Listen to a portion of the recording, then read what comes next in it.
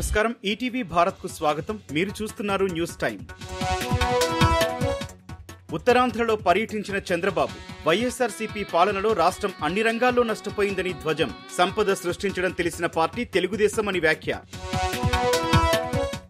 భారీ ర్యాలీగా వెళ్లి నామినేషన్ వేసిన పవన్ కళ్యాణ్ పిఠాపురం అసెంబ్లీ అభ్యర్థిగా పత్రాలు అందజేసిన జనసేనాని కూటమి ప్రభుత్వం అత్యధిక మెజారిటీతో గెలుస్తుందని ధీమా.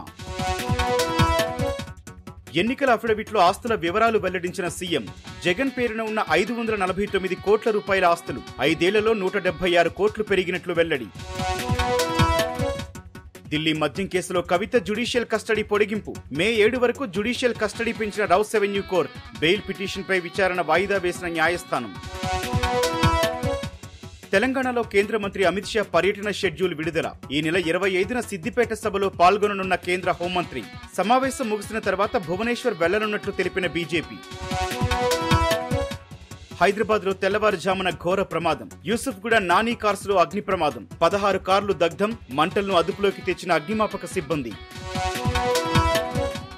ముంబై విమానాశ్రయంలో భారీగా వజ్రాలు బంగారం పట్టివేత. అక్రమంగా తరలిస్తోన్న 6.46 కోట్ల విలువైన సొత్తు స్వాధీనం. నూడిల్స్ ప్యాకెట్లు, శరీర అవయవాల్లో దాచి పట్టుకెళ్తున్న 4 అరెస్ట్. మలేషియాలో ఘోర ప్రమాదం. గగనతలంలో ఢీకొన్న నావికాదళానికి చెందిన 2 హెలికాప్టర్లు. ప్రమాదంలో 10 మంది నావికాదళ సిబ్బంది మృతి.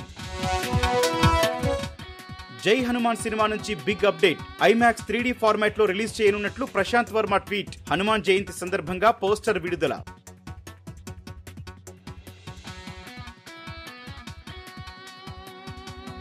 ఇవి ఇప్పటివరకున్న ప్రధాన అంశాలు. మరిన్ని తాజా అప్డేట్స్ కోసం www.etvbharat.com వెబ్సైట్ ను సందర్శించండి.